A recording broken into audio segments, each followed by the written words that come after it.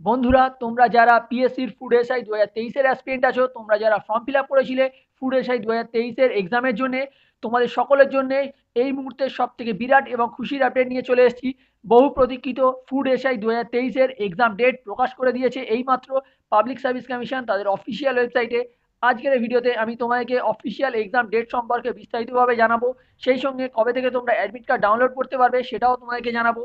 তোমরা যারা food SI 2023 এর পরীক্ষার্থী আছো, তোমরা যারা অ্যাসপিরেন্ট আছো, তোমরা অবশ্যই ভিডিওটি স্কিপ না করে সম্পূর্ণ দেখতে থাকো।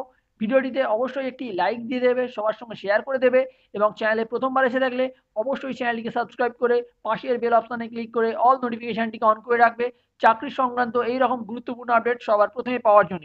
তো বন্ধুরা, চলো দেখে নেওয়া যাক পিএসসির ফুড এসআই 2023 এর official exam date. On screen তোমরা দেখতে পাচ্ছ অফিসিয়াল নোটিফিকেশনের পিডিএফ। এখানে তোমরা নিচে দেখতে পেয়ে যাবে 4/1/2024 আজকের ডেট রয়েছে। আজ এইমাত্র কিছুক্ষণ আগে কিন্তু এটা প্রকাশ করেছে পিএসসি। তো এখানে তোমরা দেখতে পেয়ে যাবে অ্যাডভার্টাইজমেন্ট নাম্বার 04/2023 ইম্পর্টেন্ট অ্যানাউন্সমেন্ট। এখানে তোমরা দেখতে পেয়ে যাবে বলা হয়েছে competitive examination for recruitment to the post in sub inspector in the subordinate food and supply service grade 3 under food and supply department government of West Bengal 2022 tentatively on 16ই March, এটা কিন্তু স্যাটারডে পড়েছে শনিবার, এবং 17ই March এটা কিন্তু রবিবার পড়েছে 2024। অর্থাৎ মার্চ মাসের 16 এবং 17 তারিখ শনি এবং রবিবার এই দুদিন তোমাদের ফুড এসআইয়ের যে এক্সাম সেটা কিন্তু নেওয়া হবে।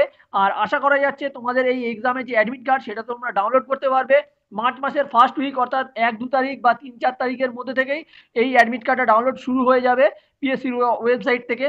তো তোমরা যারা পরীক্ষার্থী আছো, তোমরা যারা এই এক্সামটা দেবে, আশা করছি তোমরা তোমাদের প্রিপারেশনটা অলরেডি শুরু করে দিয়েছো। আর তোমরা যারা এক্সামটা দেবে, আমার তরফ থেকে তোমাদের সকলের জন্য কিন্তু বেস্ট অফ লাক রইলো। আজ এখানে শেষ করছি। আবার কোনো গুরুত্বপূর্ণ আপডেট প্রকাশিত হলে সেই সংক্রান্ত ভিডিও নিয়ে আমি তোমাদের সামনে চলে আসবো। ততক্ষণ সবাই সুস্থ থাকবে, ভালো থাকবে।